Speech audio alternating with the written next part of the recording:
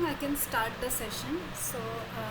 Hello everyone, welcome to the live session for the course Introduction to Semiconductor Devices. Today is week 7, so we already had 6 live sessions on every Tuesday. So let me introduce myself first. I am Ananya. I am a PhD student in the Department of Electrical Engineering, IIT Kanpur. So I will be your TA for this session. So how we typically conduct this live sessions? So I normally start with the topics those were discussed in this week. That is, for today it is week 7. We'll go through the topics briefly and then we will go to the questions and answers.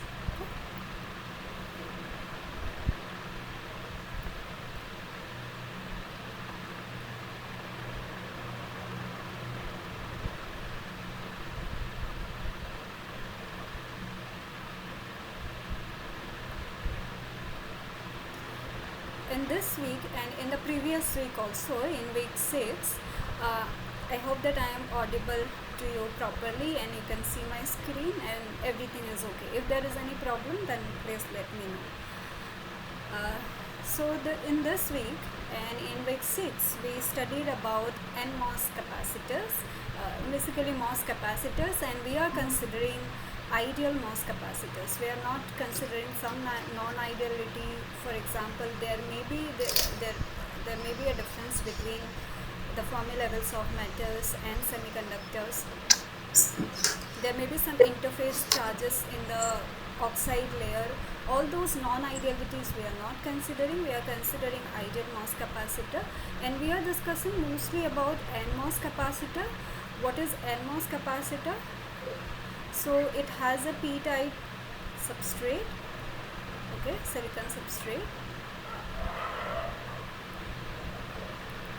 and this convention we are considering because we will learn about MOSFET later, where the current conduction is mainly because of the electrons in case of NMOS capacitors, because we create this inversion layer, and that is basically our channel for current conduction, and that inversion layer for p-type silicon substrate will be of n-type, that is of minority carriers of electrons. That is why we say that if someone is on unmute, please mute yourself, otherwise I have to mute everyone. So that is why for a structure like metal oxide, which is typically silicon dioxide for our case, and p-type silicon substrate, that configuration is known as NMOS capacitor. We are discussing NMOS capacitors in different regions of operation. So first we will discuss about accumulation mode.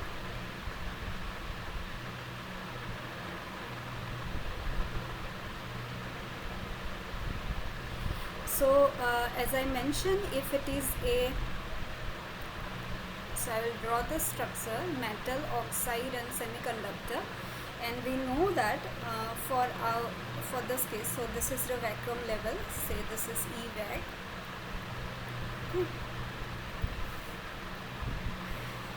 And our substrate is the semiconductor is p-type silicon. Okay, so I will draw the band diagram accordingly. So you have this EC, EV. This will be my intrinsic Fermi level, and because it is p-type, my EF will be closer to EV. Okay.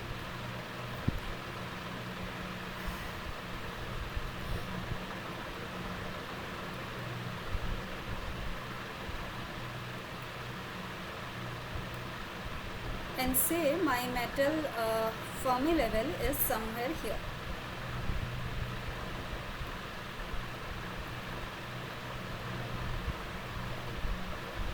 This difference between the Fermi level and the vacuum level, this we call as work function.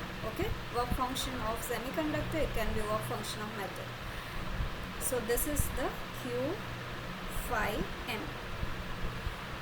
difference between EC, in case of semiconductor we define another term, electron affinity. This is the difference between E vacuum level, and the conduction band edge, EC. Okay, this is, we denote the electron affinity with this symbol. Okay, in between we have oxide, which is an insulator, so it should have a very high band gap.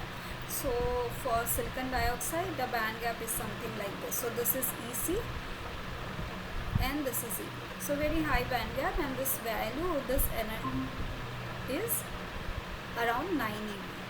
Okay. So this is my metal, this is silicon dioxide, and this is p-type silicon. Now what accumulation means? This is a p-type substrate. By accumulation we mean accumulation of holes. If we want more number of holes at the interface, we have to apply a negative voltage to the metal terminal. Okay, so VA, which we apply to the metal terminal, I am denoting with is this symbol VG, because later we will discuss about MOSFET. So VG is like gate voltage. So as of now, this is the voltage applied to the metal terminal. So this should be negative. Then only there will be accumulation of holes. Okay. So for silicon and this kind of MOS cap configuration, you should know few values. I mean, there is no harm in remembering these values. In most of the questions the values will be given, but you should also know few values for silicon and silicon dioxide at least. So for electron affinity for silicon is not silicon, so this value, okay, oxide I would say, SiO2 say, this is around 0.95 EV, and electron affinity for silicon is around 4 EV. And we define another term, work function, for semiconductors as well. That is again the difference between the Fermi level and the vacuum level, and that value is EC by 2 plus this electron affinity, so this is Q, this difference, this EC by 2, and plus phi F if it is a p-type semiconductor, EZ by 2, phi F is this difference between EI and EF, plus Q phi F, Q psi,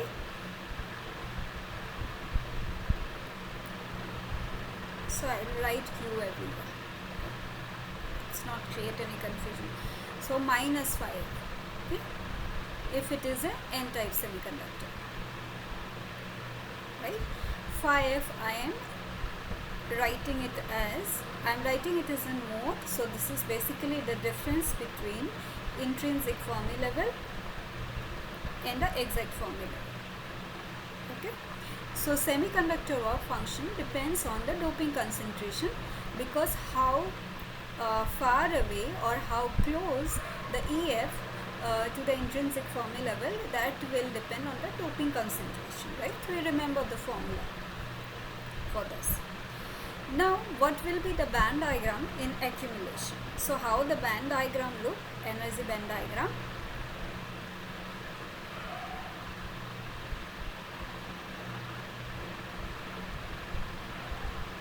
We are applying negative voltage to the metal terminal, right? So as always, this I do all, like in every junction, in every devices, when I do energy band diagram, like for PN junction also, always first make the junction, okay, the line, and then draw the band diagrams like away from the junction. Okay, first start with that, and then join accordingly, like whatever the potential we are applying based on that. Okay, so here we are applying a potential, right? So we know that our Fermi level in metal, so this is metal, this is oxide, and this is semiconductor, which is p-type silicon. We are applying some voltage, so the system is not in equilibrium, and there will be a variation of Fermi level. Okay, we are let's say we are considering ideal MOSFET where our so let me define another term, that is phi ms, which is phi m minus phi s, that is the difference between the metal work function and the semiconductor work function, and it is 0 for ideal MOSFET.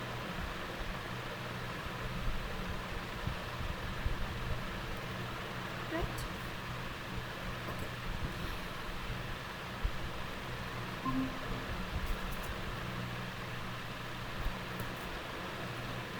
So now we are applying a negative voltage to the metal gate terminal. Say earlier it was here, say the Fermi level of metal. When we apply a negative negative voltage to the metal terminal, that means it is like we are supplying electrons. Okay, so now there are more number of electrons, and what Fermi level indicates, it is like the average energy of the electron. So till that level electron is the band diagram is full, okay, with electrons. So since we are applying more electrons, so EF will also increase. Say now our new Fermi level is somewhere here for metal, and this is my applied voltage. Okay, this diagram is in terms of energy, but it is also equivalent to, numerically equivalent to the voltage we are applying. Okay, so this is QVA,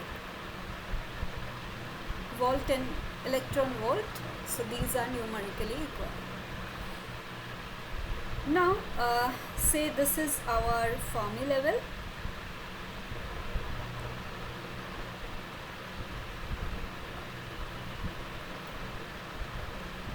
EF. Okay, what will happen? There will be accumulation of holes at the interface, oxide semiconductor interface. Okay, because we are applying a negative voltage, so holes will be attracted. So this interface will be more p-type. How we can how we indicate that the interface is more p-type in energy band diagram?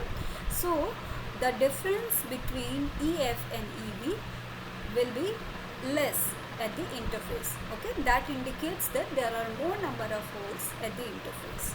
So my EV will look like this, see, and EC will also follow EV because our band gap is constant, right? So this is my EC. Now there are some holes, there are some applied negative voltage, so we know that there is an electric field. What is the direction of electric field? Electric field will be in this direction, right? Because this is like there are holes and this is negative terminal, right? So electric field is in this direction, that means electric field is negative.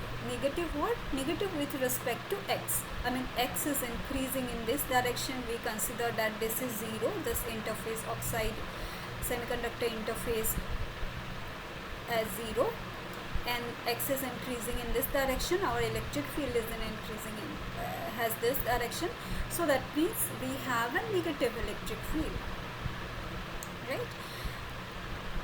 So our electric field, so what was discussed in the class, that inside the oxide we are considering that there is no charge, okay, because we are considering an ideal insulator, so there is no charge in the insulator, there is no defect, so our rho is 0. Okay, so our electric field is a constant. Why electric field is a constant? Because we know that dE by dx from Gauss law is rho by epsilon, right? If rho is constant, epsilon is constant for oxide. We know for silicon dioxide it is 3.9 into epsilon naught, right? So this side is constant. So integration of a constant will be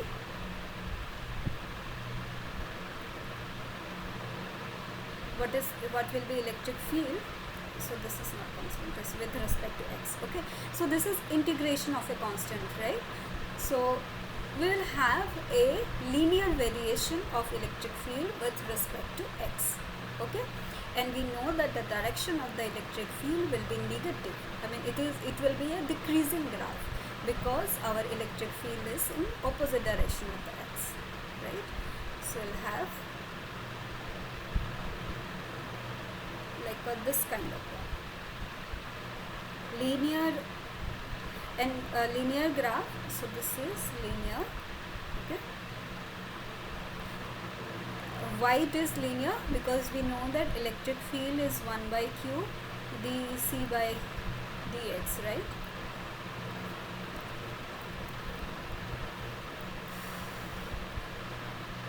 We have this relation. That is why our this EC and EB will be also linear. Okay? I hope this band diagram is clear. We have also learned about different charges. So let me draw this. In case of accumulation, what will be our charge? Say this is my X. This is my this interface. Okay, so this is my metal, this is oxide, and this is semiconductor.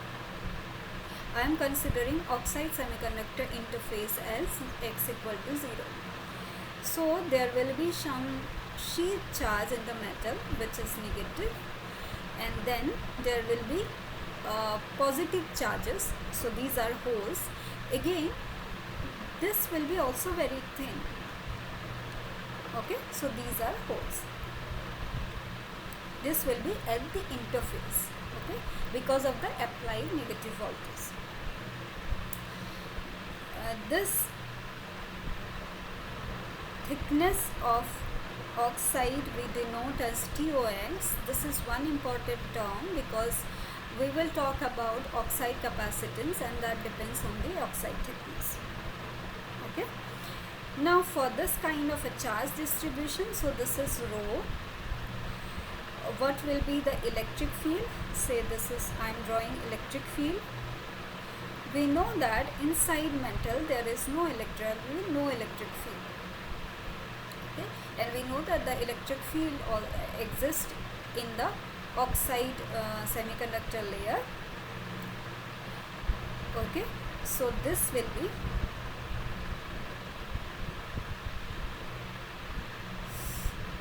okay. So I mean, if I make some mistake, please let me know. So this is rho is 0, so this term is also 0. So my electric field is actually a constant. Electric field is not linear. Then we do this integration. That's why we are getting this linear graph. Okay, electric field is constant. So electric field is constant, and that constant is negative. We know that value is negative because this is opposite direction with x. Okay, so we'll have this negative electric field in the oxide region, and again for a very thin charge layer there is this charge, but overall semiconductor is also neutral, so we have this electric field as 0 in the bulk of the semiconductor also. Right? So these are like sheet charges, so the thickness of the charges are very less. Next we can draw this the graph for potential. So this is V, say,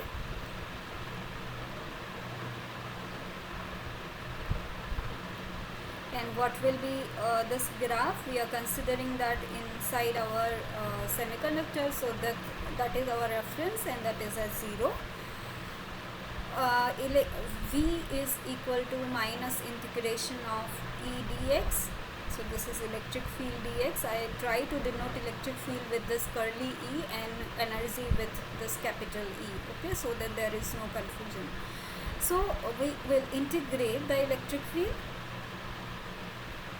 This is 0 again, and there is this negative constant value as electric field in the oxide layer. We know that integration of that will be so this is negative, and then there is another negative value, and we know that here our potential will be 0, and we have this sheet charge, so there will be like a jump in the potential, and then this is a constant. We are doing integration, so it will be linear.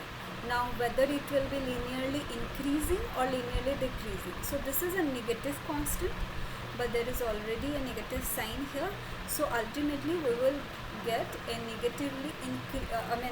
linearly increasing graph, okay, in the potential. That will be linear. This is constant. Integration of a constant is some constant multiplied by x, and that now we will see that whether x will be positive in the positive or in the negative direction. We know that it will be in the positive, it will be linearly increasing graph, okay, because this is also negative and there is this negative sign, okay. So this is our potential graph, and this potential is actually our applied potential. Now you can see that this comes as a negative value. That is what we are applying at our metal terminal. This is about NMOS capacitor in accumulation. Next we will discuss about NMOS capacitors in the depletion and inversion region, okay. If you have any doubt, you can ask.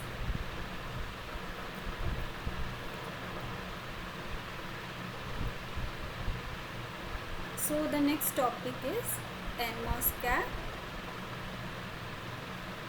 in depletion.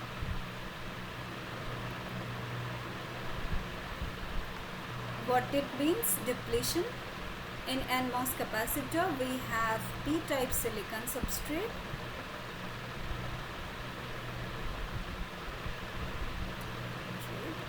so depletion means depletion of holes, right? If we want to deplete the oxide semiconductor interface, we will deplete the holes, then what kind of potential we have to apply, what kind of voltage we have to apply at the metal terminal? That will be VA in our case, that will be positive, right?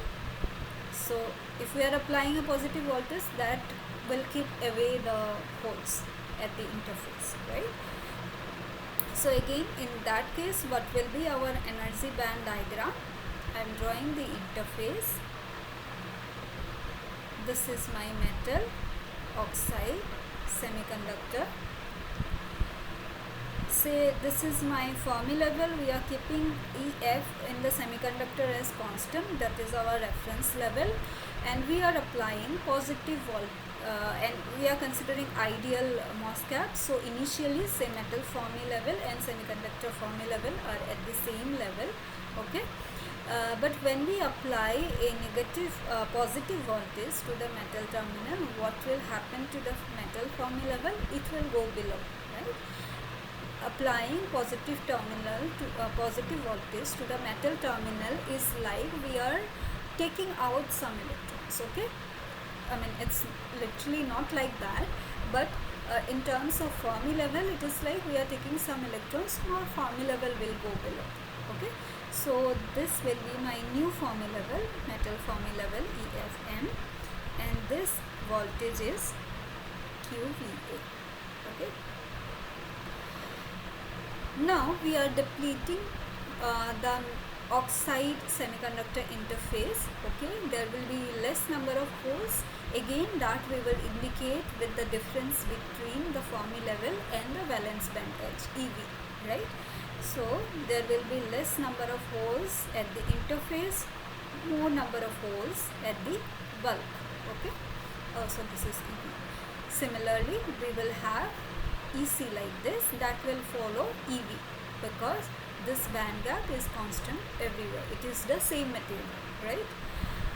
Now we have, so this is the positive terminal, this is the negative terminal. We have our electric field in this direction. Again, there is no charge in the oxide layer. Okay, so rho is 0 in oxide. This is for ideal case. Okay, so if we try to find electric field, that will be some constant, this constant, in this direction there will be some constant which is positive. Okay, which is positive with respect to x, if I am considering x is my this direction. And from electric field we can find out the how the bands will look like in the oxide layer. We know that if it is a constant, then my EC and EV will be like a linear, and how like what kind of a linear? It is like a linearly increasing graph. Okay, because my electric field is positive. So my oxide energy bands will look like this. So this is my EC in the oxide layer, this is EV in the oxide layer, and this band gap is 9 EV if the oxide is silicon dioxide. Right? So this is something like depletion of p-n junction. The only difference is that we don't have the n side, we only have the p side. Okay, that is like depletion of holes. What is this depletion of holes? The holes will go away, right? So there, that will leave the ionized acceptor ions which are fixed charge, something similar to p-n junction, right? So we can use similar formulas like p-n junction. If you want to derive, you can derive also, like the derivations are similar to the p-n junction. But if by comparison we know that our electric field in the silicon will look something like this, QNA by epsilon silicon W minus X. So at the interface it will be highest, X equal to 0. I think there is this minus. Oh no, this is positive electric field. And electric field in the oxide layer is some constant. Okay.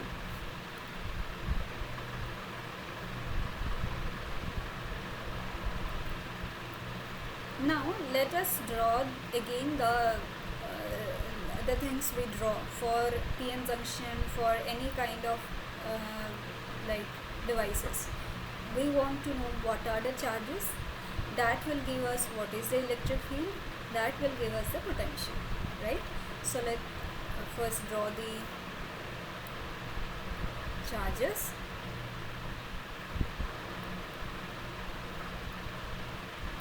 This is my metal side, this is oxide, this is semiconductor, so X. So I am considering again metal oxide, not metal oxide, oxide semiconductor interface as X equal to 0. Okay, this difference is TOX, thickness of the oxide layer. We are applying a positive voltage at the metal, so there will be some sheet charge. So this is like a delta charge at the metal interface, which is plus Q. Why we have this only sheet charge, not everywhere in the metal? Because we know that inside a metal, this is from the laws of electrostatics, inside the metal the electric field is 0. Okay, you can refer to any electrostatics books. From there you will learn this concept, like what are the boundary conditions for different normal and tangential component of electric field and magnetic field, all these things. So from those we can say that inside the metal electric field is 0. If there is some charge, there will be opposite charge. So ultimately the charges will rearrange in such a way that electric field is 0. That is why we have only at this interface. Okay, that is like a delta charge. And then we had the ionized acceptor ions. So in the semiconductor side, so this is say width of the depletion region. Okay, so these are negative. So these are the depletion ionized.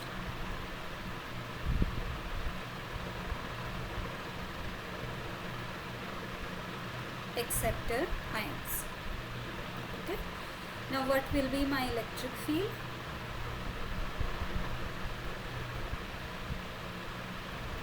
We will use Gauss law or Poisson's equation again. Integration of rho by epsilon, right? Electric field is 0 in the metal, so this is 0. Okay. Electric field is this in the semiconductor. And what is the electric field in the oxide layer? So this is a constant. So this is some value, this is this. So there is this electric field in the oxide layer is constant.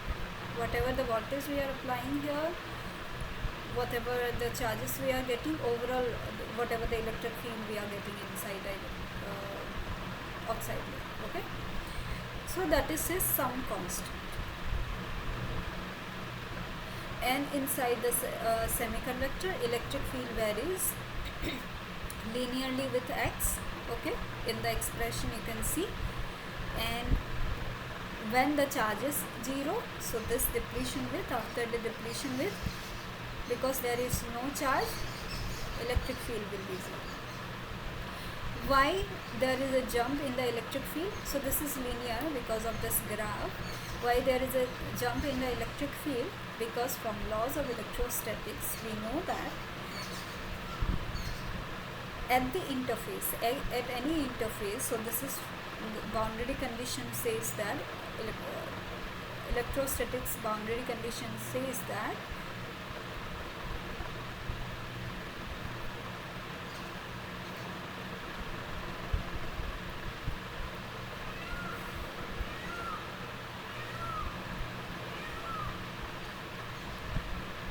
epsilon electric field is continuous across any boundary.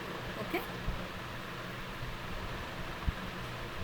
Please refer to any electrostatics books. You can just search in Google also. If you are confused with the boundary conditions, those are used in electrostatics. Okay. What it indicates? Epsilon OX electric field in the oxide layer is equal to epsilon silicon and epsilon silicon. Okay, so this value is 3.9 and this is 11.7.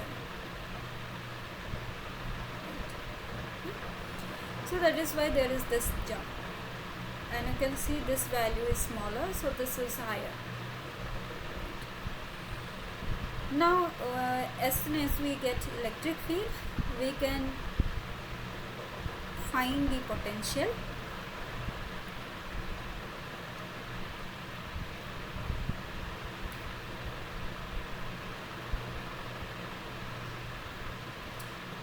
Again, I am considering that in the bulk of the semiconductor potential is 0 until I have told this several times in the live sessions that potential is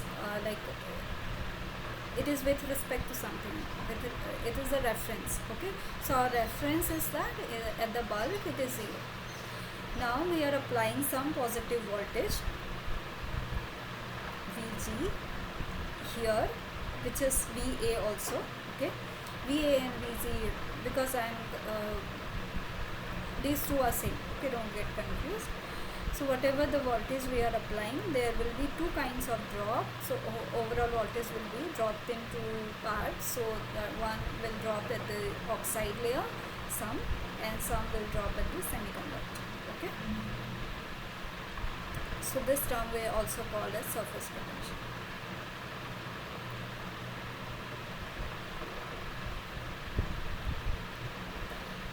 So we will integrate this. This is 0 here. I mean not 0 exactly. So this is not 0. So in let's consider in the oxide layer. So this is constant. So this integration will be linear. Again, this will be a linearly decreasing graph because this constant is positive and there is a negative sign in the expression. This sign. Okay. So this is a linearly decreasing graph, and the surface potential decreases quadratically because this is linear. Integration, in the integration there will be this x square term, so this is quadratic. Okay, and then this is the voltage drop at the metal, so which is Vg or Va, which is positive, right? Okay. Why we are trying to draw this charges and electric field and potential? Because ultimately after MOSFET we will discuss about MOSFET, right? In the MOSFET, so this kind of a configuration will be there. There will be some charges which will be our channel, and through which we can flow some current, right? Ultimately we are interested in current conduction, not exactly current conduction, controlled current conduction. We want to turn it on or off as per our need. Okay, what conducts current? Charges, right? So that is why we are mostly interested in what type of charges we have, what kind of electric potential we'll have, because electric potential will define electric field and potential will define how the charges will move, what kind of current will flow. Okay, that is where we are drawing these three graphs: rho, electric field and potential everywhere. Okay, and the energy band diagram, because as soon as we get the energy band diagram we can find out other details. Now this is about NMOS capacitor in depletion mode, and we know that after depletion, if we apply more and more positive voltages, we get something called inversion. Okay, so the third mode of operation is NMOS cap in inversion.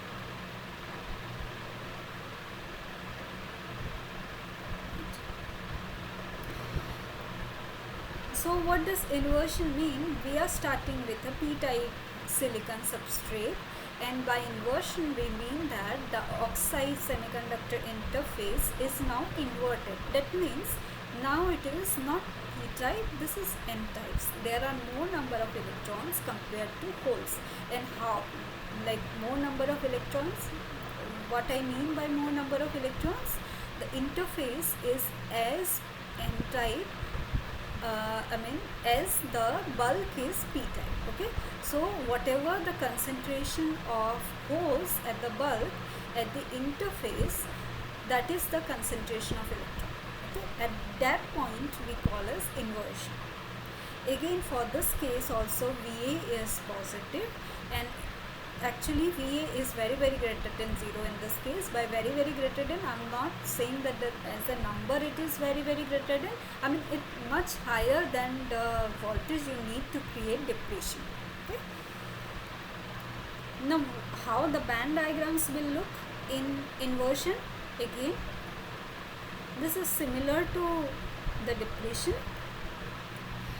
So the oxide will have this positive electric field, so there is this kind of a gradient in the energy band diagram. So this was my initial EF say, and now I am applying positive voltage at the metal terminal, so my EF metal will go below. Okay, so this is my Va or Vg, whatever the notation you use. Now at this interface, it is actually n-type. Okay, so here it is close to at the bulk my EV is close to EF, but here it is far away. My drawing is not very proper, but you get the idea. This is my EI, and this is my EC. Okay, this gap at the interface, the difference between EI and EF, and this difference between EI and EF at the bulk is same, but the sign is opposite. Okay, that means this is p-type with certain concentration, this is n-type with same concentration. Okay, so my surface potential, which I define as EI bulk minus PI surface.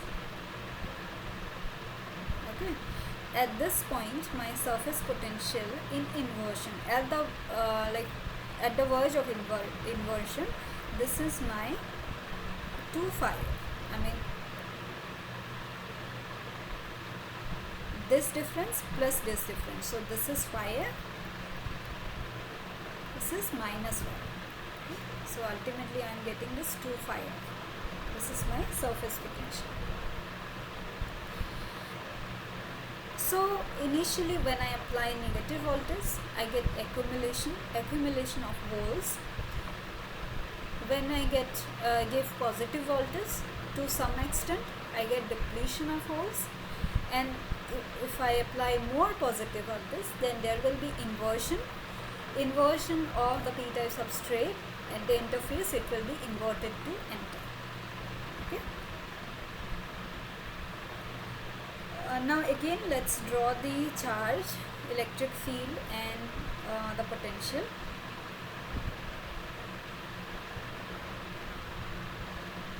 This is X, metal oxide semiconductor. This is TOX. There will be this thin layer of positive charges plus Q at the metal, only at the edge. There will be this acceptor ions. Okay, so first depletion happens, then only inversion happens. Okay, so there will be this acceptor ions.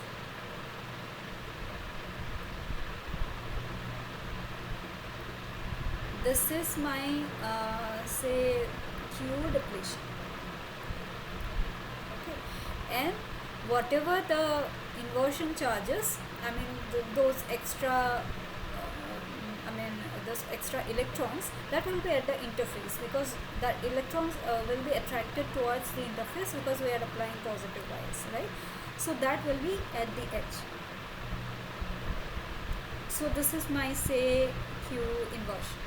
Okay, so these are the electrons at the interface. What will be my electric field?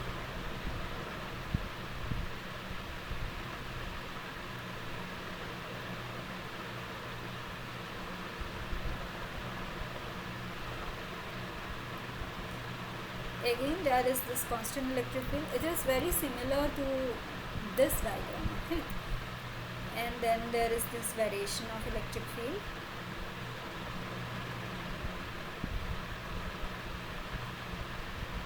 To this W depletion. Okay, this is only at the interface, so this almost is like a rectangle box you can consider. Similarly, the potential will look like this. Whatever the voltage we are applying, Vg or Va, linearly decreasing, quadratically decreasing.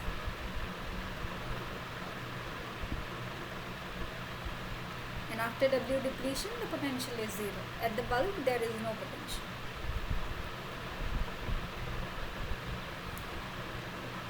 So there is this charges, which is I am denoting at Qg. So this is like the gate charge. We'll discuss about MOSFET again. All the terms are related to MOSFET that we will discuss later.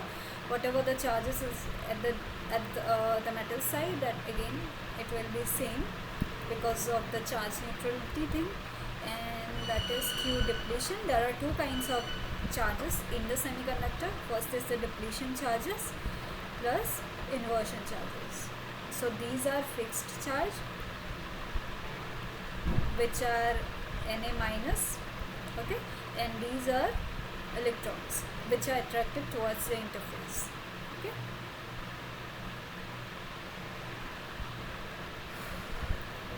Again, our applied gate voltage is, there are these two drops. Few of the voltage is dropped across the oxide layer and few drops across the semiconductor, so VOX plus V psi.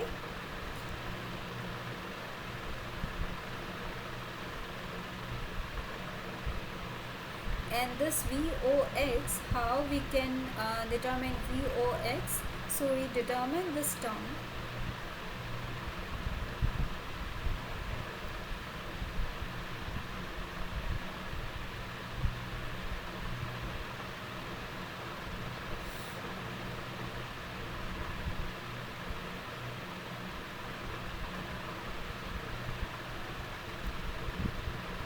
so this VOX is electric field OX into TOX, right? Electric field is equal to V by L, that is the basic formula. So electric field in the oxide multiplied by the thickness of the oxide, that is our VOX, and this is also equal to epsilon silicon by epsilon OX, electric field silicon, okay, and then VOX, that is there.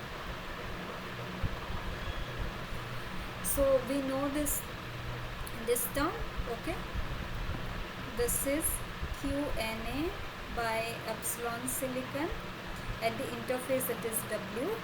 So this derivation was discussed in the class, so please if you are confused, then go through the videos again. So using this we get this term as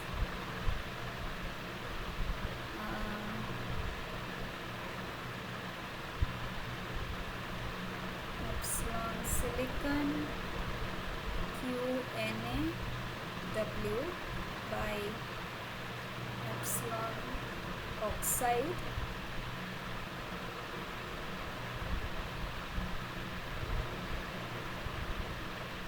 epsilon silicon TOX, and there will be this plus sides, okay, this will get things. So QNAW, that is the depletion charge, right? So this point is Q into Na. So if you remember, in the PN junction, the depletion charge in the P side is Q into Na, that is negative, and this, if we multiply with W, that is the total depletion charge. So this is QD, this is negative because this charges are negative, and this epsilon OX by TOX, so we are defining oxide capacitance COX as epsilon OX by TOX. This is the oxide capacitance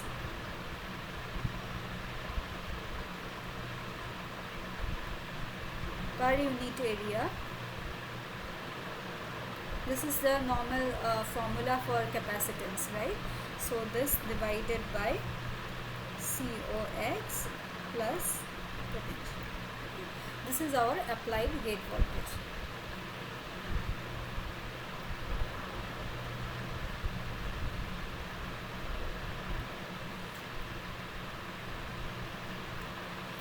Now, what is our formula for threshold voltage? What is threshold voltage?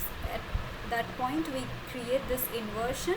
So for this inversion, we need the surface potential as 2 phi f. So we will use this as psi s equal to 2 phi f for our threshold voltage. The voltage that is needed to create inversion. Okay. So these are different modes of operation. Next, what we have also discussed,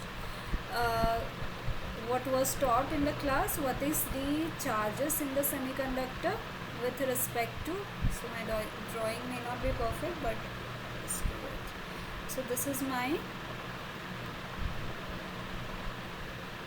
surface potential. So this is say 0, and this side is positive and this side is negative. When we have negative charges, there will be this accumulation of holes, so that actually increases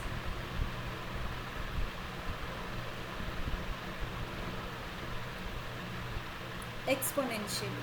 Okay, I mean whatever we are applying voltage, there will be this exponential q phi f by kt kind of dependency. Okay, so this accumulation charges increases exponentially. This is exponential. In the depletion region, charge increases quadratically, square root of size.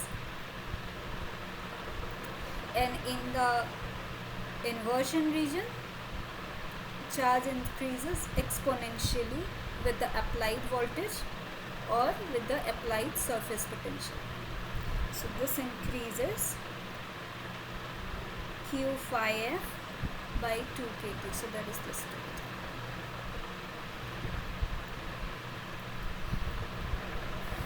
I'm not going into the details of this graph. This graph was discussed. If you are confused, I would suggest please go through this book. So this is solid state electronic devices by treatment.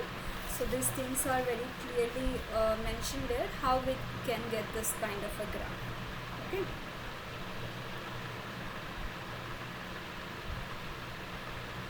So I will write down few formulas.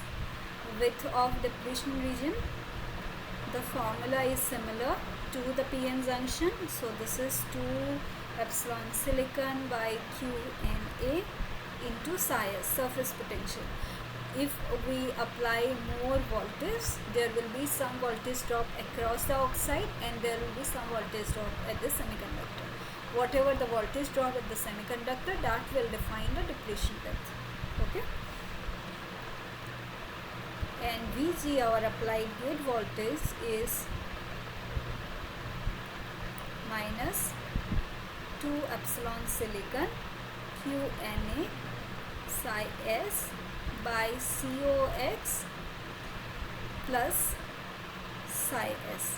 Okay. If I replace this QNAW with the expression of W and psi s and these two are same, then I get this expression, that is my applied gate voltage. And again my threshold voltage at which inversion will happen, that will happen when psi s equal to 2 phi, right? We'll put this value of psi s in the expression to determine our threshold voltage, the point at which our inversion will happen. Okay.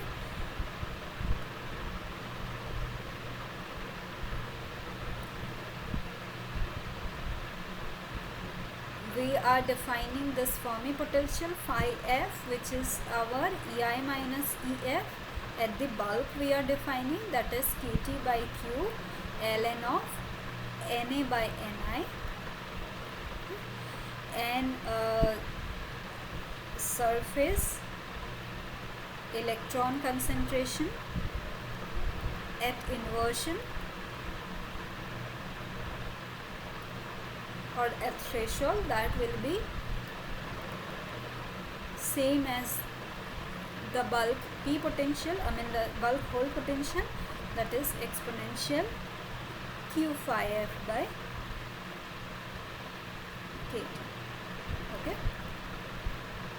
This phi f and this phi f is numerically same. After threshold, the surface potential increases because of this exponential term. So there is this exponential increase of charge concentration in the inversion region. So this is my accumulation.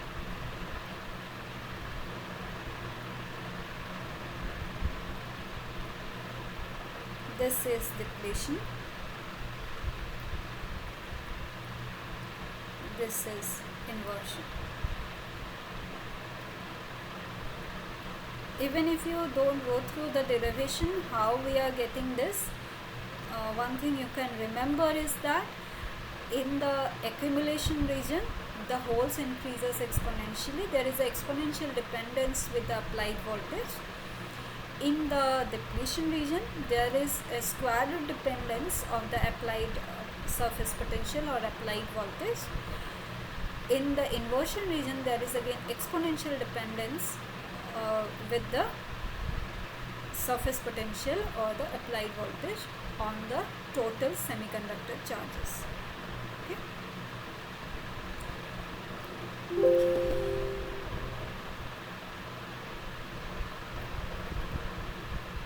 Next I will go to the questions. If you have any doubt you can ask.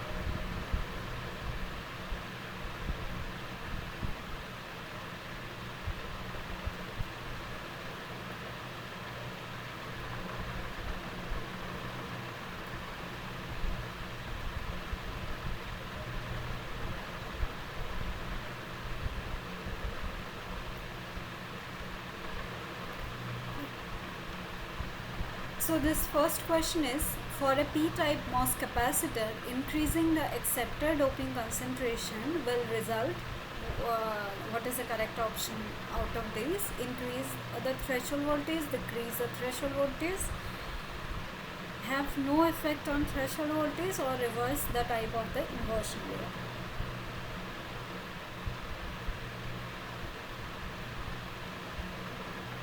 So what is the answer? This p-type MOS capacitor means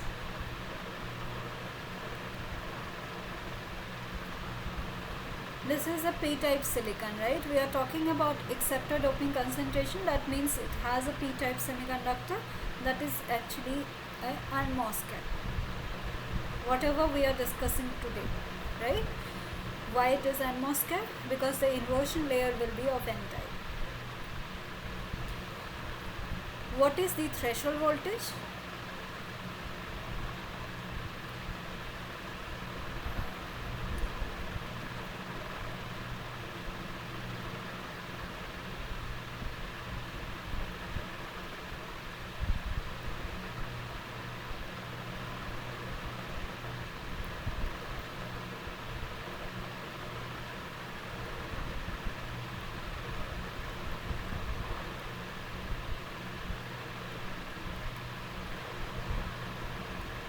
This is the voltage applied or the voltage we need to create inversion. And what inversion means?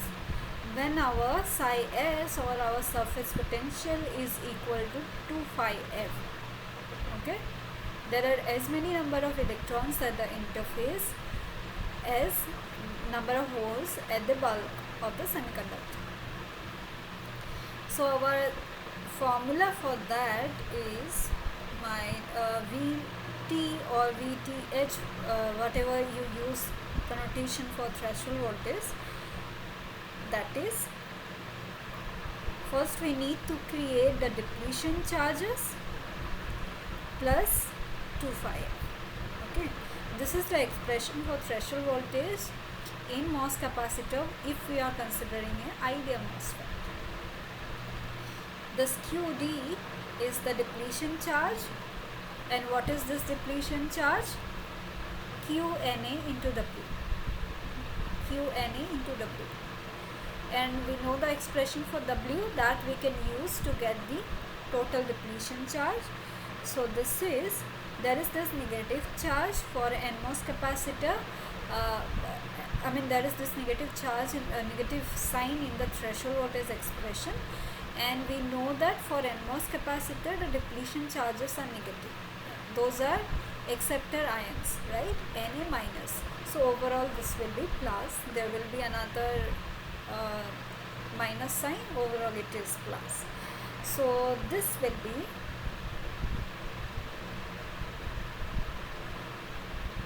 this is like so I'm using this expression 2 epsilon silicon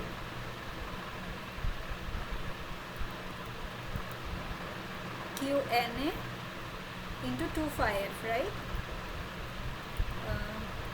This is psi s, and we know that at inversion psi is equal to 2 phi f. So this is this divided by COX. So COX is epsilon OX by TOX plus 2 phi,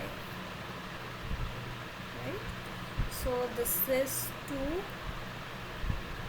Q Na epsilon silicon phi f by epsilon OX by TOX plus 2 phi, right? This is my expression for threshold voltage in NMOS capacitor if it is an ideal NMOS capacitor. Okay?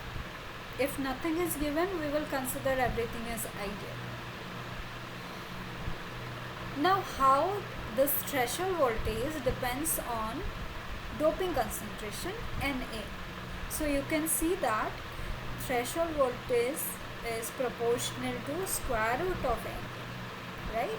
So if we increase acceptor doping concentration, then what will happen? That will also increase the threshold voltage, right? So our correct option is A.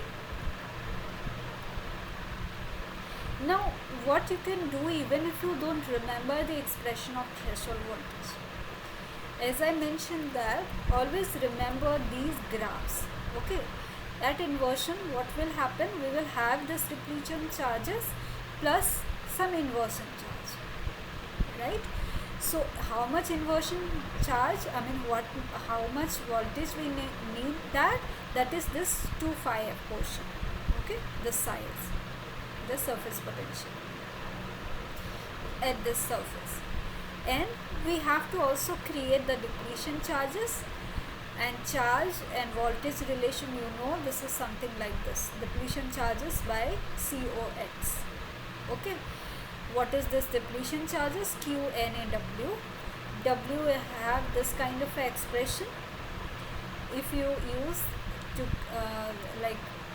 put this W expression in the gate voltage expression, so you will see that there is this Na dependency with the threshold voltage.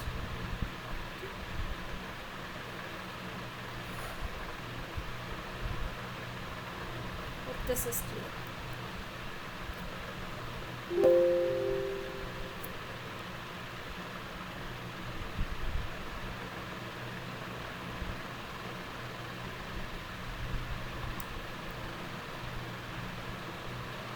Next question is,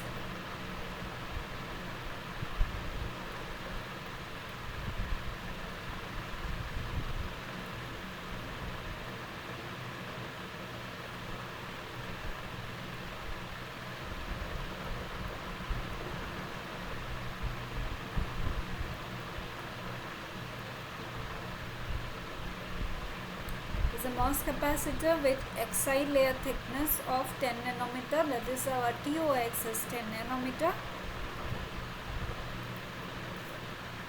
The maximum depletion layer thickness is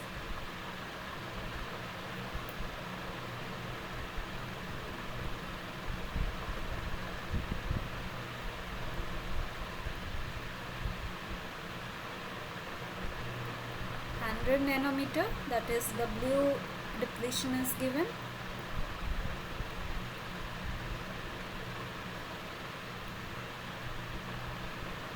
The permittivities of the semiconductor,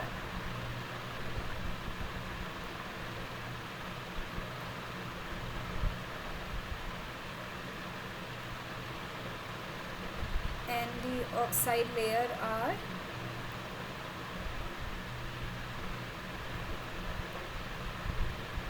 epsilon S and epsilon OX respectively.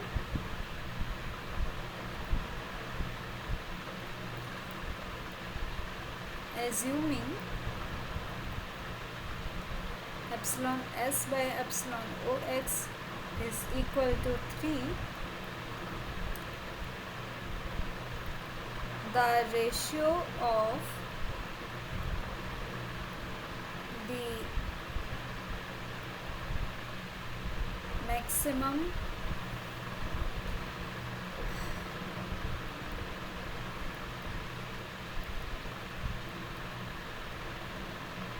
to the minimum capacitance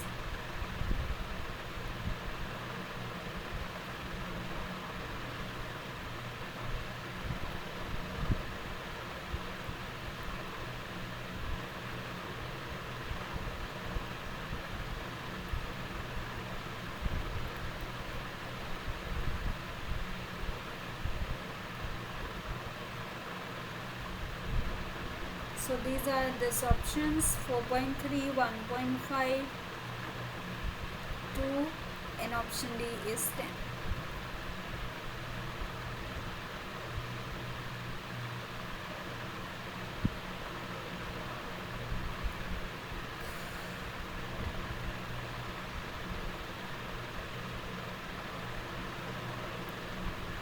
We are discussing about MOSFET, right? So it is a capacitor.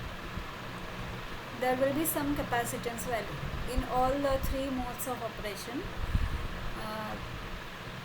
accumulation, depletion, and inversion. So what is the maximum capacitance and what is the minimum capacitance? What is given to us? The thickness of the oxide layer, the thickness of the depletion width, and the ratio of the permittivities in semiconductor and the oxide layer. So how we will do that? For that, let's look at this graph. Okay, this graph I am taking again from the same book's treatment.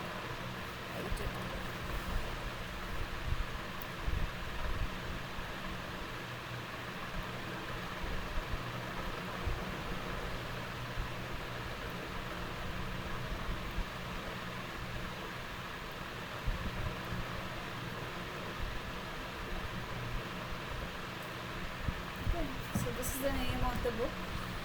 So this is the graph of the capacitance with applied gate voltage or applied voltage at the metal terminal, VA or VG. Okay, so how this graph varies actually? We learned about, till now we learned about this oxide capacitance, right? Everything I am denoting like capacitance per unit area. Okay, area I am not considering everywhere. So this is our oxide capacitance.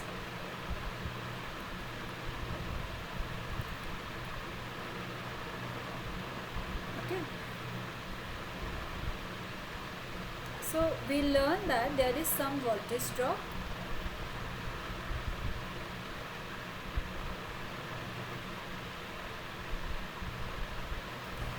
Remember this formula, Q equal to C into V. Okay, so we learned that there is this two voltage drops, right? Whatever the gate voltage we are applying, that drops in across oxide and across the semiconductor. So we have two capacitances. Okay, so the total capacitance in MOS capacitor is like two series capacitor. This is the epsilon oxide, and let's say this is the semiconductor oxide.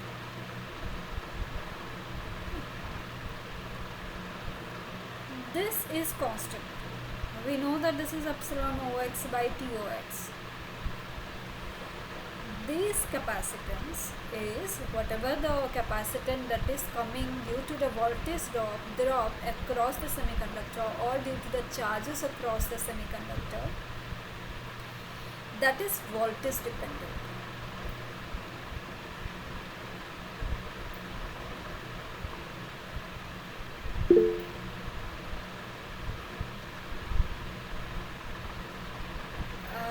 Book name, okay, so this is one book by Streetman and Banerjee, and another book is Nieman.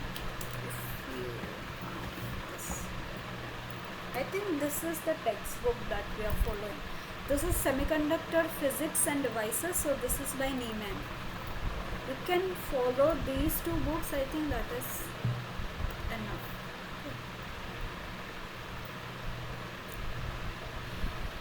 So this is voltage dependent, this capacitance. And how we can get this capacitance? We know that with charge and this capacitance is related, right? You remember this graph? This graph, my drawing is not perfect, but you refer to the book, you refer to the lecture note where this graph is given properly. In x-axis it is the voltage, the potential at the semiconductor is the voltage, right? And there is the charge. So if I try to find the slope of the of this graph, that will give me capacitance, right?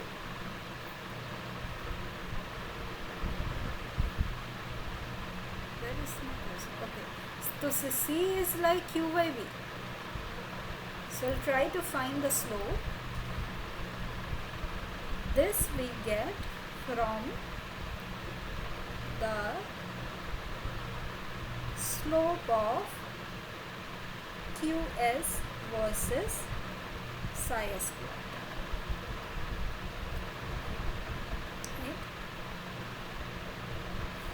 Now there will be two types of charges in semiconductor. One is the depletion charge, one is the inversion charge. Say.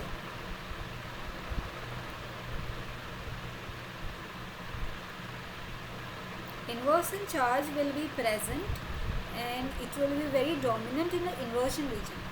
Remember, inversion charge increases exponentially with voltage. Okay, so this will dominate in the inversion region, and in the depletion region there is no inversion charge, so only we will have the depletion charge.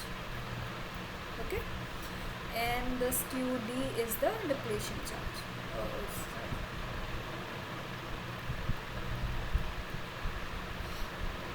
So the semiconductor capacitance is like this by okay. Now our total capacitance, this will be 1 by C equal to 1 by COX plus 1 by CS. This is the formula for series capacitances, right? We know how we can find the series and parallel combination of resistance, capacitance and inductance.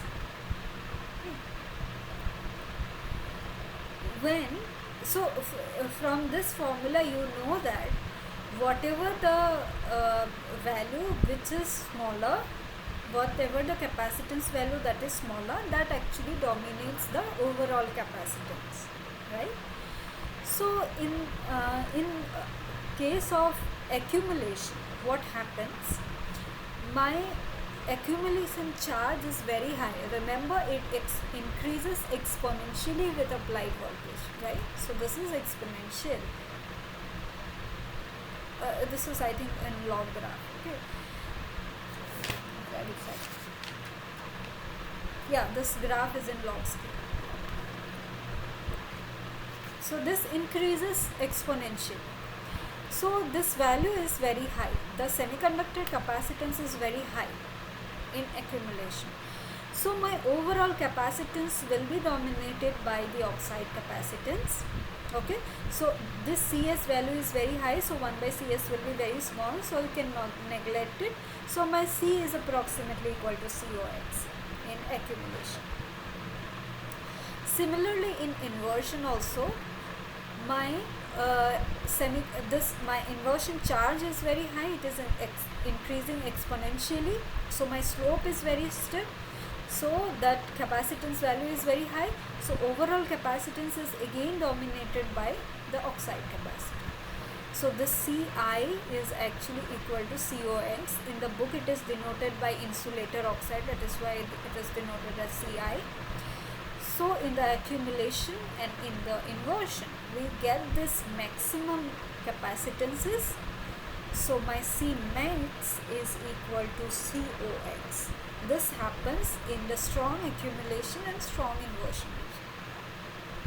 Okay, and in between these, there will be this depletion region and this weak accumulation and weak inversion region. Don't go into the details of that, but just remember that in the depletion region there will be this depletion charges.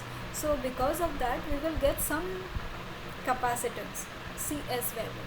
My overall capacitance, it's not like I can neglect the semiconductor capacitance. In that case, what will be my capacitance? That is my minimum value of capacitance. That is like, this will be combination of my depletion capacitance, okay, and in this region this is my depletion capacitance due to the depletion charges. Also along with that, series with the oxide capacitance. This is COX, C depletion, which is minimum, and COX plus C depletion minimum. This is my depletion capacitance.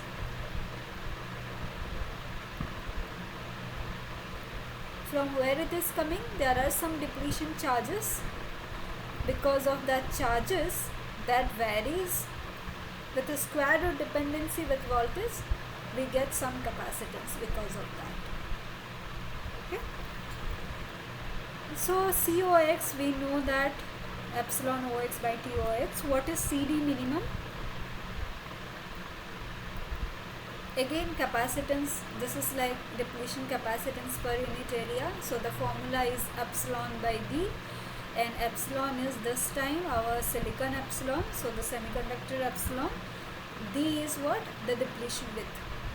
Okay, so this is W depletion. If you remember, this is like the depletion capacitance of PN junction. Okay.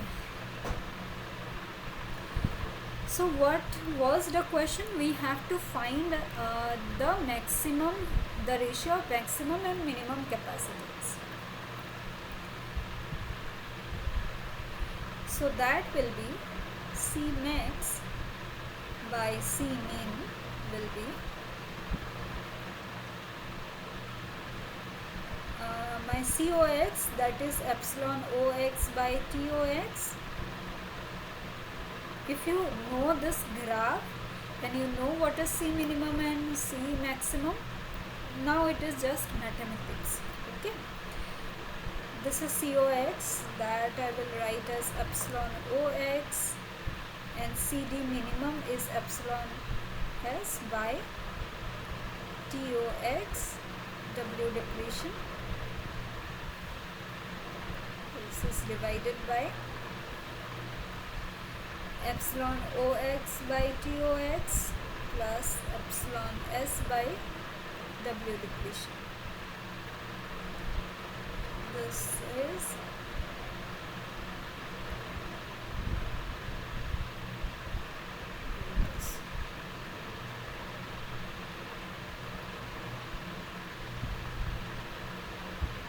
you can do this simplification along with me.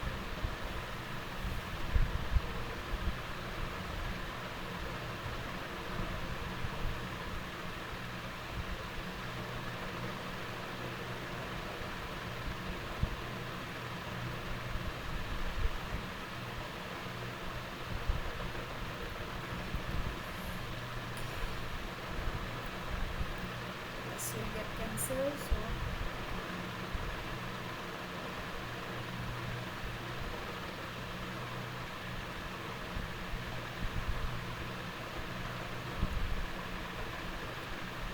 just a minute, I will check your message, but I could not read it completely now, so let me do this and I will check.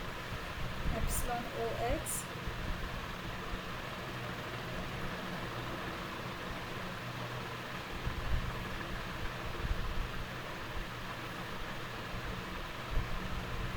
This will come.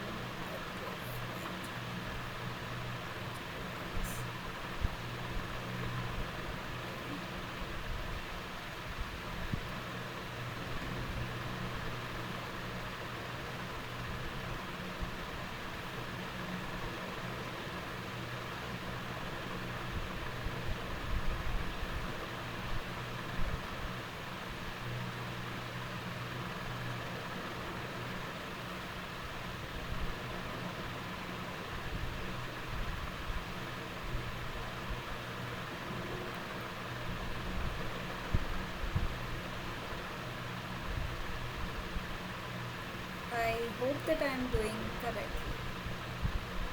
So this will go. This will come above. OX. Silicon. This will come. Okay, I think it is correct, right? Okay, I don't have much space here.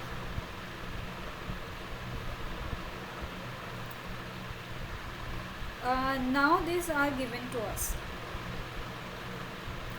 This will be considered.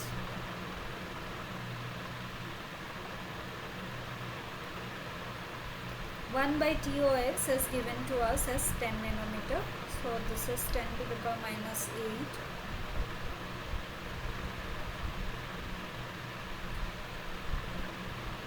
8. Let's divide epsilon OX with this epsilon S, so that will be my 1 by 3, right? This is given, epsilon S by OX is given, so epsilon OX by S is 1 by 3. W depletion is given 100 nanometer, so this will be 10 to the power minus 9 plus then 2, so 7, and plus this will be 1, epsilon S by epsilon S. Again TOX is 10 to the power minus 8, 10 nanometer, right? So this is 10 nanometer. Now solve this, should get this as 4.33. Okay, please verify this calculation. So here my answer is A.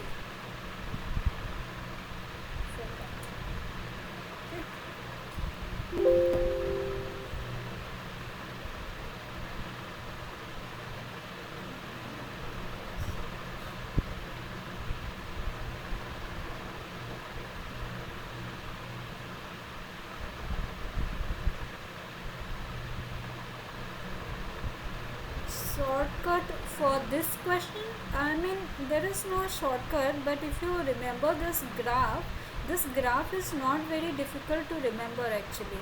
So this is the maximum capacitance and minimum capacitance is the series combination of depletion capacitance and oxide capacitance. When you will do MOSFET, when we will discuss about MOSFET and solve problems of MOSFET, then these terms we will use regularly and we will calculate also regularly, like oxide capacitance, what is COX. Okay, then if you want to remember, so this ratio is like it, the final expression is like this. If you want to remember, then you can remember. So this has this graph. So this CV characteristic graph is very like you will find it in MOSFET also.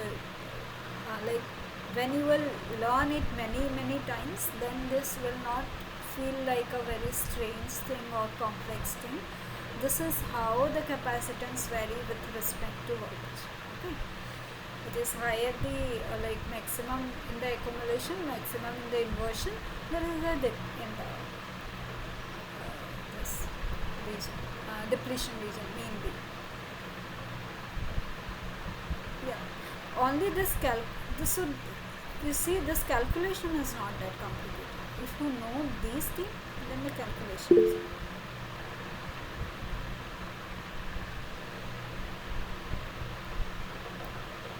Author names, treatment and energy, the book that I have mentioned.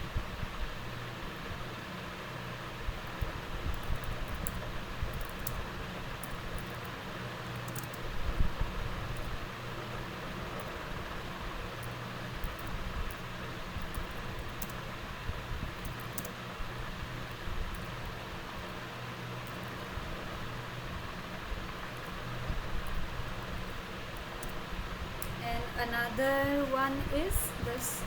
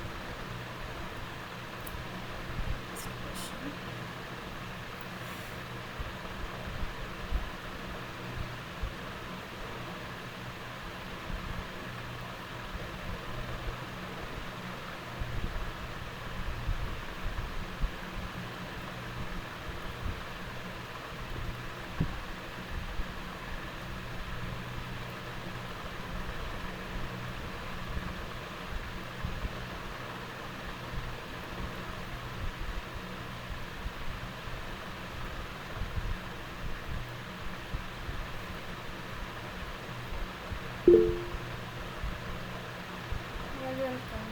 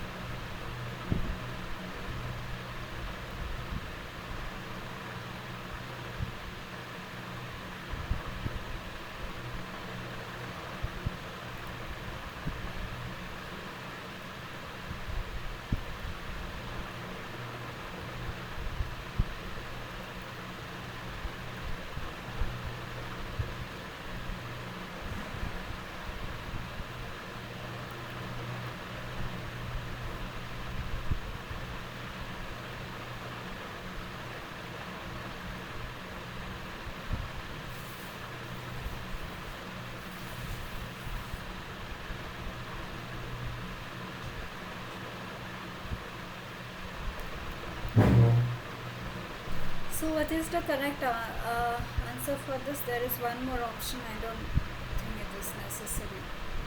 So what inversion means? When the surface potential, answer is B.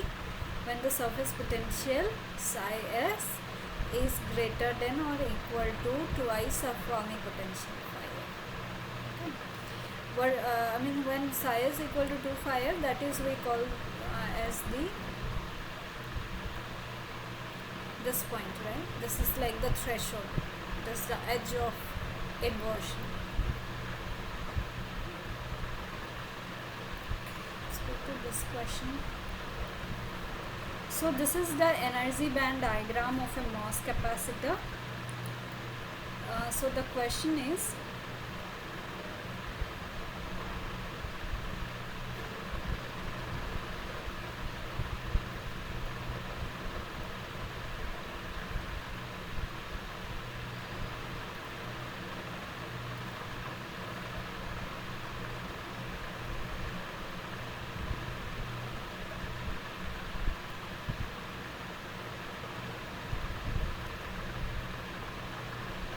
So this is metal oxide semiconductor, right?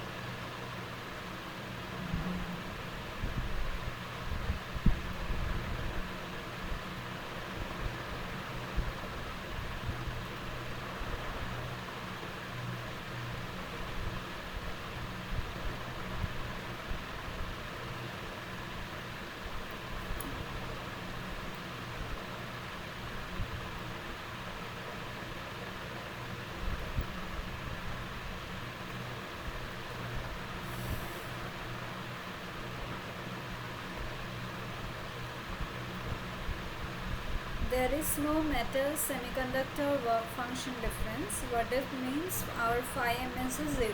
So this is like a ideal condition, ideal capacitor.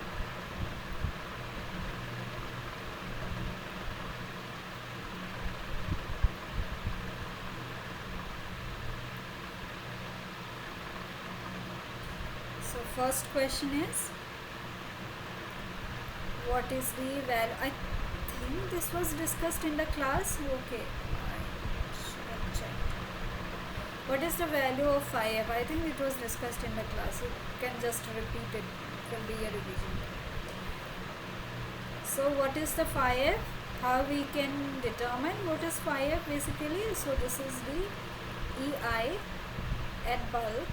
We are considering the Fermi potential. We will consider it at bulk. Okay, we know that this is in the depletion region and it is going towards the inversion. Okay, so this is EI minus EF. This value is given to us as what? This the value, right? This is 0.3 electron volt.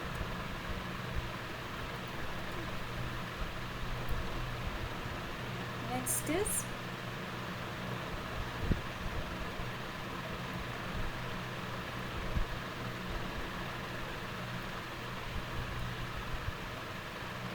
what is the applied gate voltage? So what is the value?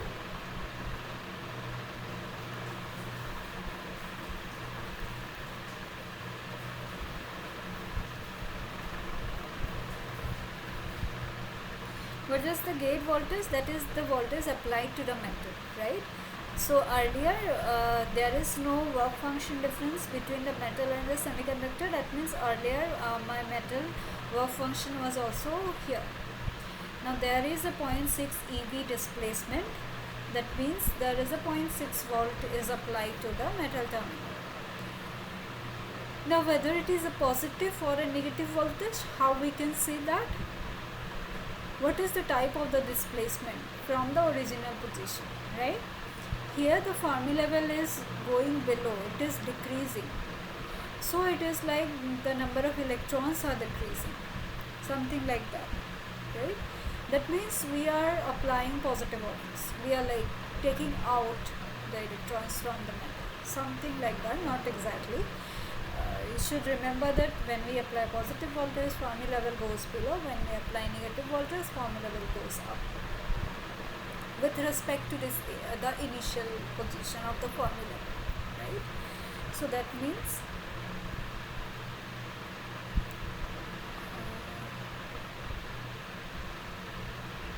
phi ms was 0. Okay, so metal Fermi level is going is down by 0.6 EV. That implies positive voltage to the metal terminal. Right?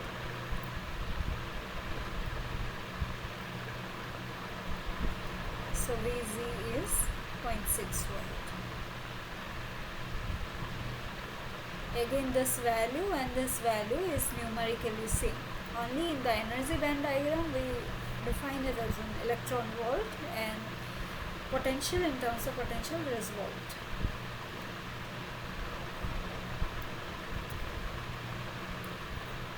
This question is also as per the previous question. Okay.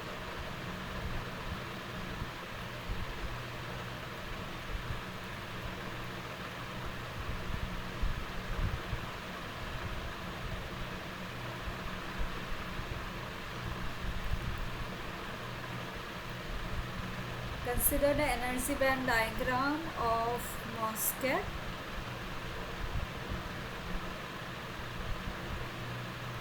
Given in question 4.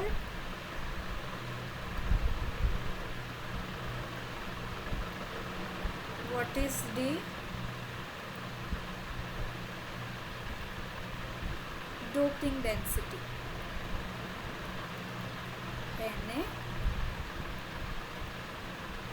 in per centimeter cube. So this is the question.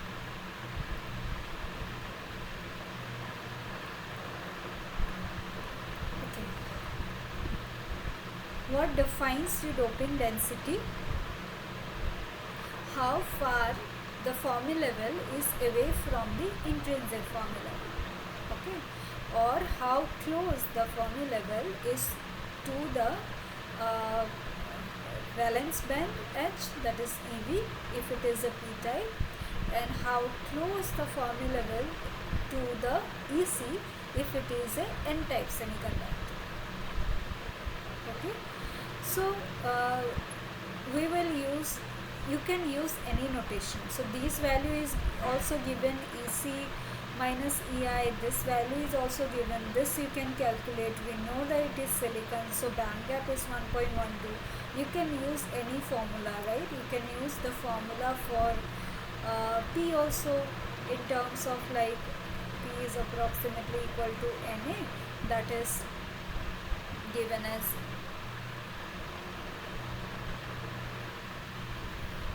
NC exponential this time, with the NC value, effective density of steel. But we will not use that, we will use the formula with respect to Ni. So we will consider the difference between EI and EF. Okay, so what is that formula? We know that P is approximately equal to Na. If we are considering 100% ionization, then P is equal to Na. Okay, so that is equal to Ni exponential of EI minus EF by KT. Right? This formula you should remember. So my phi f is equal to, so this phi f is potential, so this is in volt. So in the expression I will write Kt by Q ln of Na by Ni.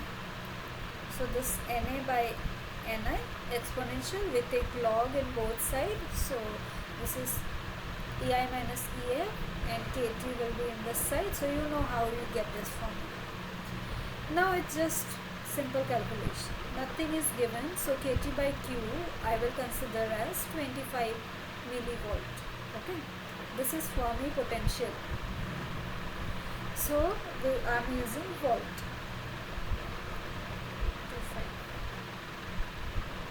Ln of Na by Ni, say roughly 10 to the power 10 we can take for silicon.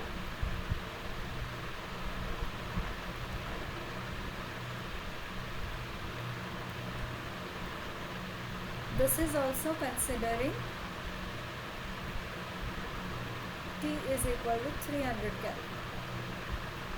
This value will be different if the different temperature is mentioned.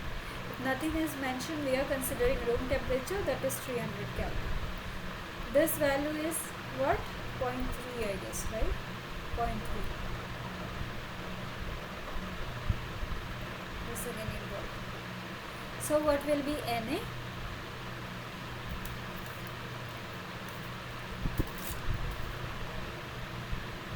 0.3 divided by 0.025.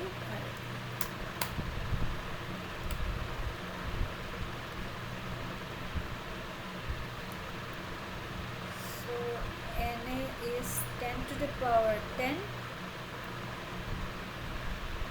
exponential. This is 0.3 by 0.025. Okay, so this is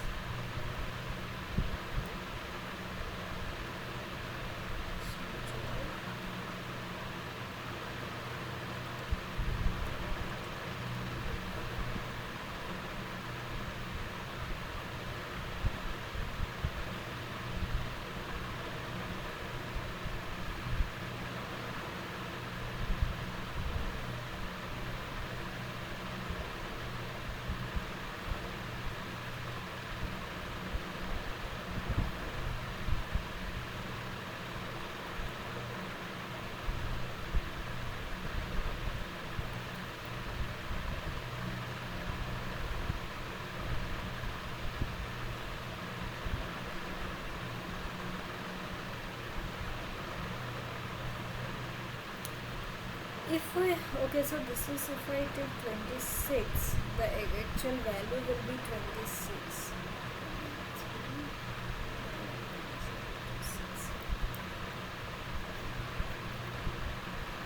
This is actually 26 millielectron volt. Okay, so this value will be slightly different, not much.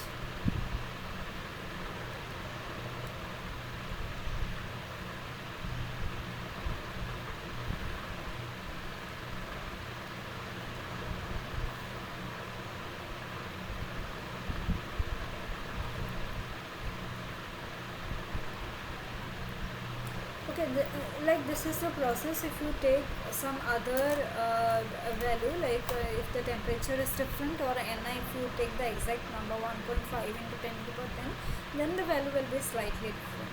Okay? This is the answer.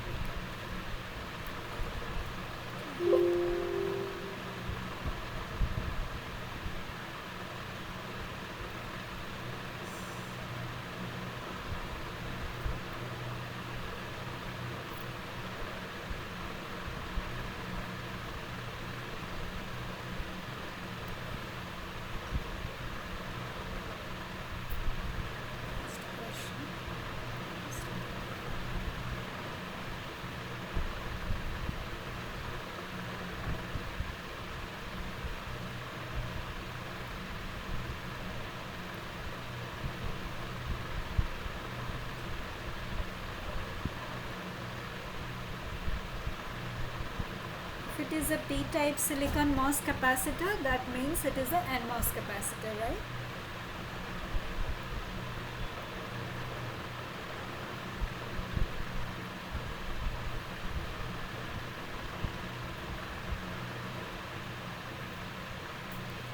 If it is a PMOS capacitor, the calculations will be similar, the formulas will be similar, but you have to be careful with the signs. Rest are same.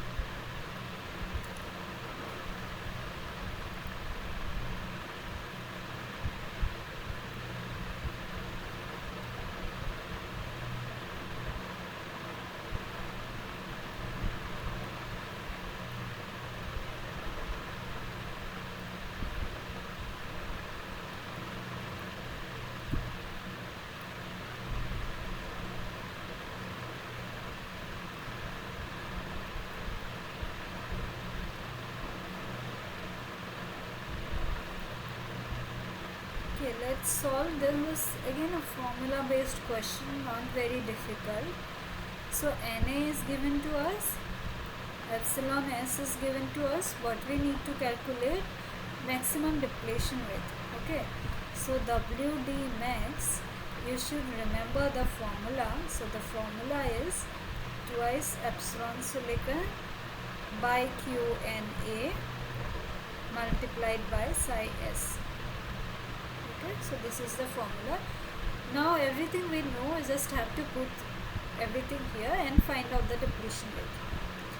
The only thing you have to be careful with the signs, with the dimensions. Okay, we'll calculate everything in centimeter. So 11.7 into 8.85 into 10 to the power minus 14. This is in farad per centimeter. 1.6 into 10 to the power minus 19. Na is 10 to the power 17. Psi s is 25, so 25f, so this is 0.6. Okay. So what will be this value?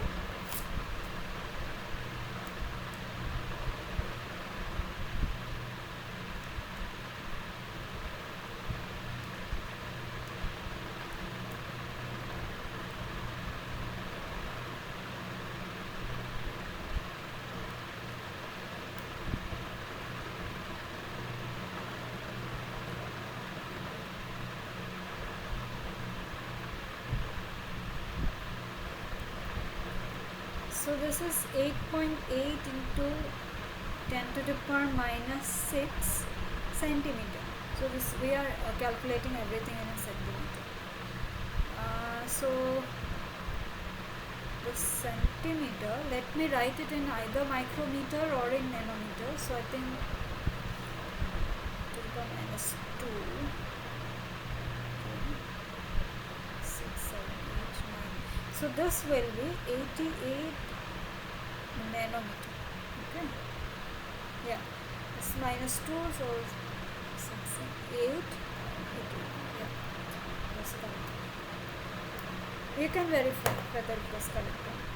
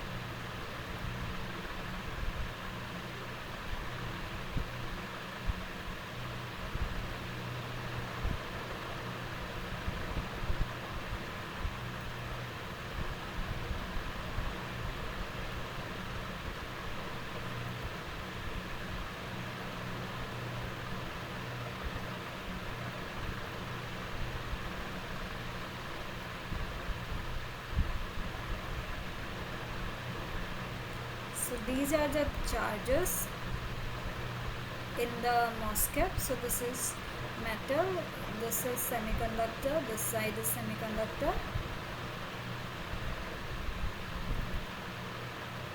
There is this positive charges. Okay, so this is plus Q and this is XD. So this is the depletion width. So positive charges means it is a n-type substrate, so it is a PMOS. Okay, till now we have discussed about NMOS. It's just charges, sheet charge in metal. So this is minus Q. So this is the charge. Okay.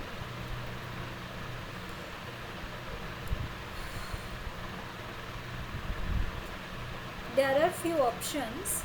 So the question is,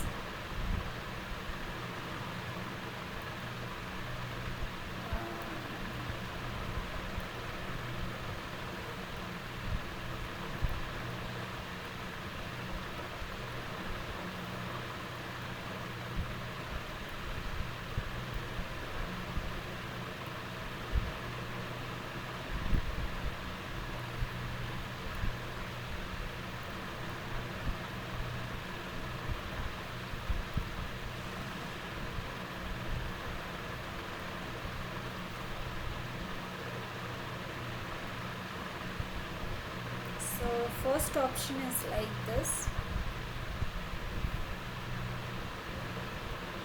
Electric field is constant.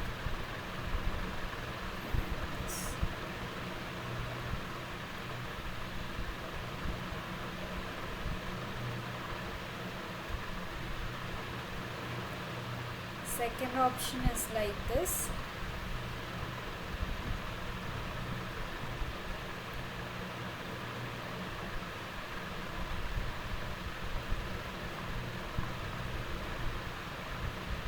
It's a peak electric field. This is in silicon. Okay.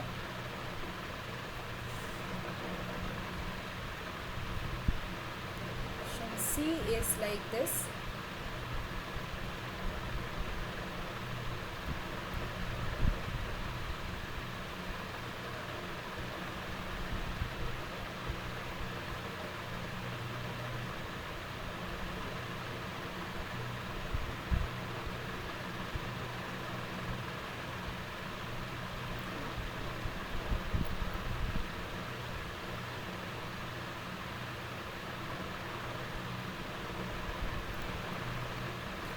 And the last option is like this.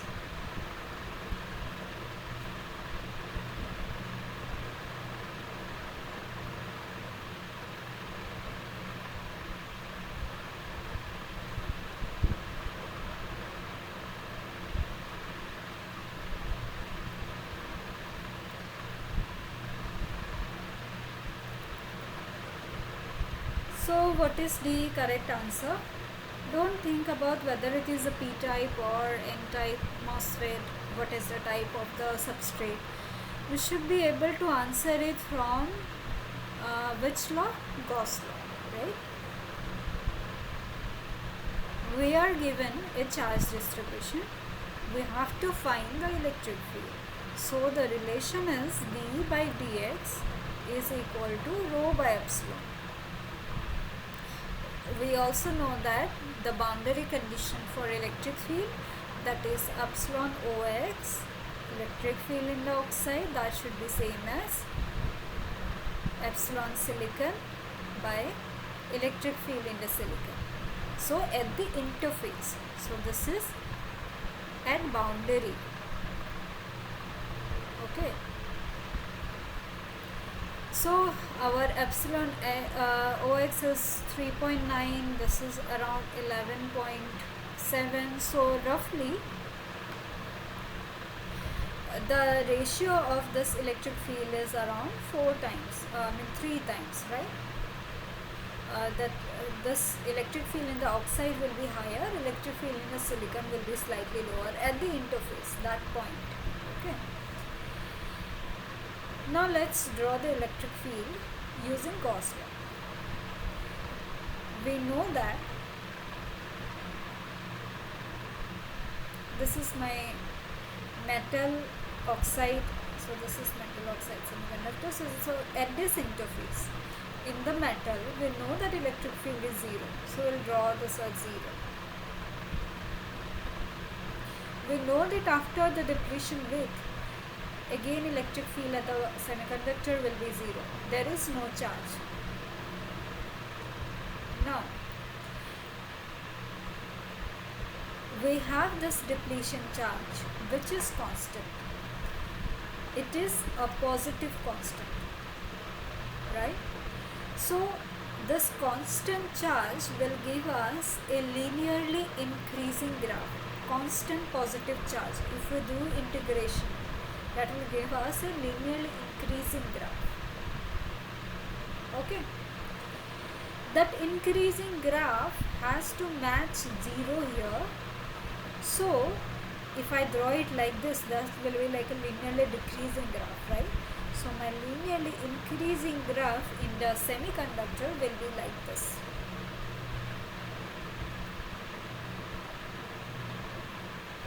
We will have a constant charge in the oxide layer. Why? Because inside the oxide there is no charge. Okay, so rho is 0 inside the oxide, if we integrate, we will simply get the integration constant C. So there is some constant electric field. So what is this constant electric field? Whatever the electric field is in this direction. So this is positive, this is negative. So this is in this direction, which is negative with respect to x. X is increasing in this direction, right? So we'll have a negative electric field in the oxide layer, and there will be this jump. And this jump will be approximately 3 times the peak of this value. Okay, so this is like 3 times approximately. It is not given whether it is a silicon dioxide interface or not, but if it is silicon dioxide, then this will be the typical value. So from the option, what is my correct option? So my answer is C, right? Now you should be able to find the electric field and the potential for any given charge distribution, or vice versa, like either you differentiate or you integrate. So you know, one is this formula and another one is V equal to minus integration of electric field dx.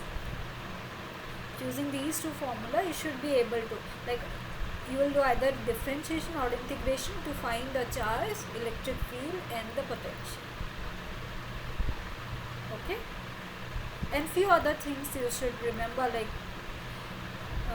for example, if the material is same, we cannot have a discontinuity. Here we have this discontinuity in the electric field because of this boundary condition, that our material itself is not same. Okay, something these things you should remember. Inside the metal we have zero electric field, so metal charges will be only at the edges. It's like that. Okay, I hope it is clear.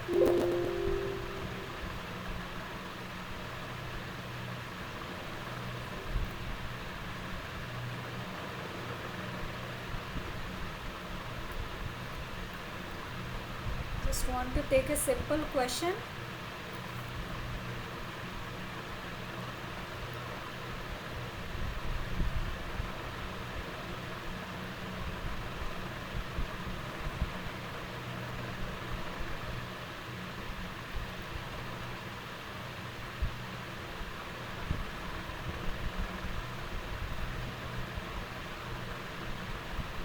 Consider the same charge distribution.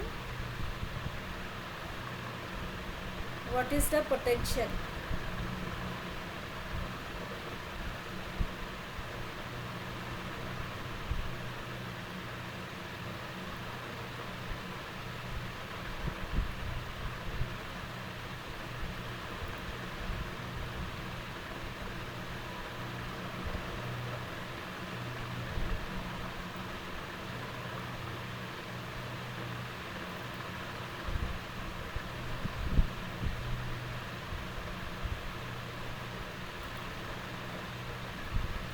So what will be that?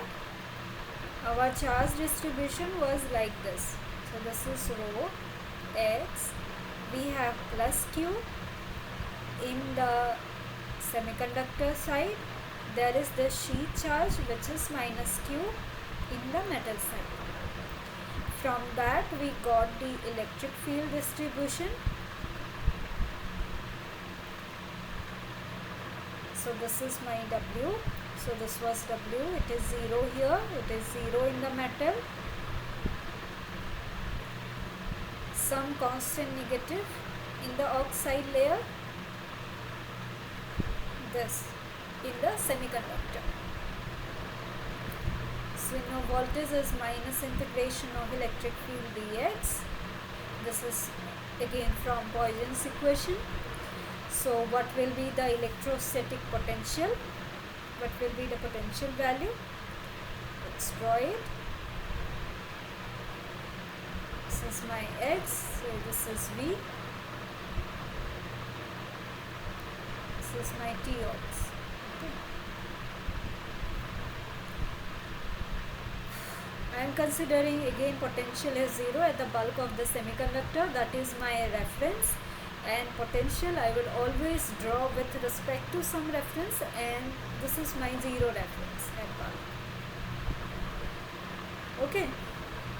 Now, by looking at this charge diagram, we know that we are applying a negative potential to the gate, to the metal terminal.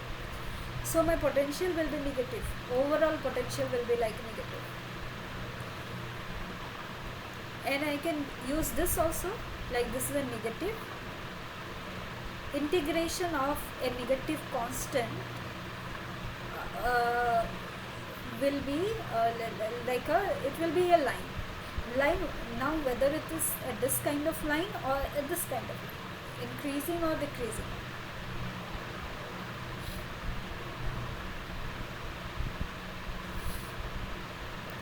We have a negative value, negative constant, right? And there is this again another negative sign. So overall it is positive. So we'll have a negatively we'll have a linear graph, but which is increasing in x. Okay, so we are applying total negative voltage. This negative voltage is increasing in this direction.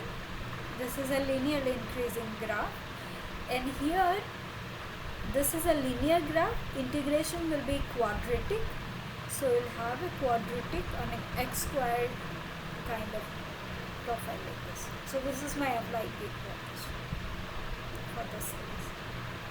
If you remember, this is like opposite, the sign is reverse when we are discussing about NMOS capacity. Okay?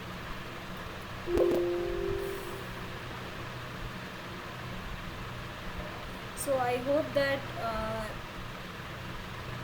there is no doubt, everything is clear, and it's almost time. If you have any quick doubt, then you can ask, otherwise I will stop the session here.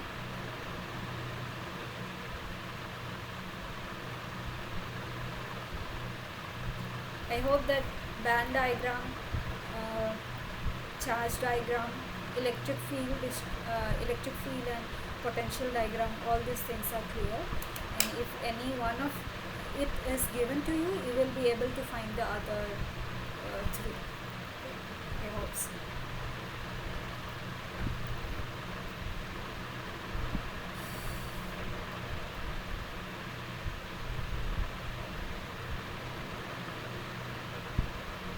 Okay, if there is no doubt, then I will stop the session here. Thank you for joining the session. Let's meet in the next one.